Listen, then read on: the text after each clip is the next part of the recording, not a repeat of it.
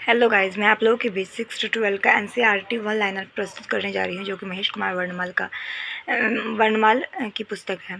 इस पुस्तक में बताया गया है कि ऐतिहासिक स्रोत, यानी इतिहास के बारे में जानने के लिए ऐतिहासिक स्रोत का क्या योगदान है, इसके विषय में बताया गया है। सामान्य परिचय के रूप में यदि हम देखते हैं तो पुरातात्विक स्रोत, सिक्के, अभिलेखों में प्रयुक्त लिपियाँ, अभिलेखों में जो प्रयुक्त की जाती थी लिपियाँ ब्राह्मी, खरोष्ठी, यूनानी एवं आरमाइक लिपि। ठीक, चीनी लेखों का वर्णन और विदेशी विवरण और वेदांग, वेद, उपवेद व उनकी विशेषताएं, साहित्यिक स्रोत और पुरातात्विक स्तंभ, अभिलेख व उनके स्थान ये आपको संक्षिप्त रूप से बताया गया है इसमें ऐतिहासिक स्रोत के रूप में। और इसमें जो डेफिनेशन दी गई हिस्ट्री के विषय में, जो किसी व्यक्ति, समाज अथवा देश से संबंधित महत्वपूर्ण, विशिष्ट व सार्वजनिक क्षेत्र की घटनाओं, तथ्यों आदि का कालक्रमिक विवरण ही इतिहास कहलाता है। और यदि हम पुरातात्विक स्रोत के रूप में देखें तो अभिलेख आता है, सिक्के, स्मारक, भवन, मूर्तियाँ और बर्तन। यदि हम इतिहास के बारे में जानने के लिए उसके उचित विश्लेषण में और पुरातात्विक साक्ष्यों एवं स्रोतों की महत्वपूर्ण भूमिका होती है।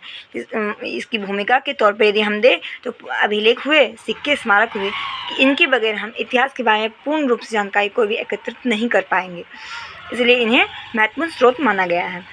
और यदि आगे देखते हैं, आगे से मेदभांड भी मिले हैं और औज़ारों से भी हमें पता चलता है कि उस समय के कैसे औज़ार रहे।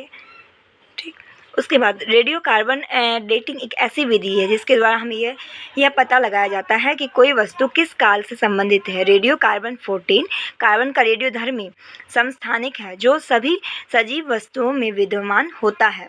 ठीक, और रेडियो कार्बन डेटिंग विधि से ही यह पता चला है कि राजस्थान और कश्मीर में कृषि का प्रचलन लगभग 7000 से 6000 ईसा पूर्व में भी था।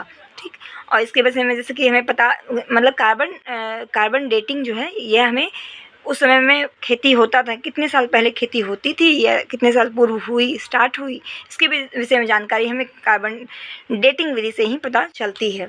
इस किताब के अकॉर्डिंग बताया गया है। यदि हम आगे देखें प्राचीन इतिहास के स्रोत के रूप में, तो साहित्यिक साक्ष्य, विदेशी यात्रा विवरण और पुरातात्विक साक्ष्य। ठीक, धार्मिक साहित्य के रूप में देखें, धार्मिक साहित्य के रूप में ब्राह्मण साहित्य और ब्राह्मणेतर साहित्य। ठीक, और धार्मिक साहित्य में भी दो साहित्य हैं, धार्मिक साहित्य, लौकिक साहित्य। लौकिक साहित्य के अंतर्गत ऐतिहासिक ग्रंथ आ जाते हैं, जीवनी ग्रंथ आ जाते हैं और गल्प साहित्य ग्रंथ आ जाते हैं। और यहाँ ब्राह्मण साहित्य और ब्राह्मणेतर साहित्य के रूप में देखें तो बौद्ध ग्रंथ और जैन ग्रंथ आते हैं।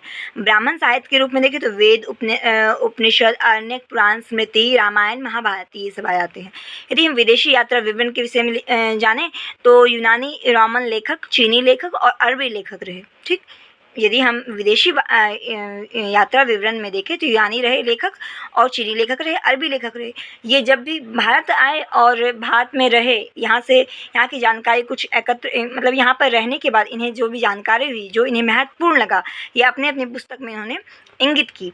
जैसे कि चीनी यात्रियों में फाहियान, सुंगयुन, हेनसांग, इत्सिंग, ये चारों ने अपनी पुस्तकों में भारत के विषय में जानकारी दी। भारत के विषय में जहाँ जहाँ ये घूमे या जहाँ ये जिनके दरबार में रहे उनके विषय में इन्होंने लिखा।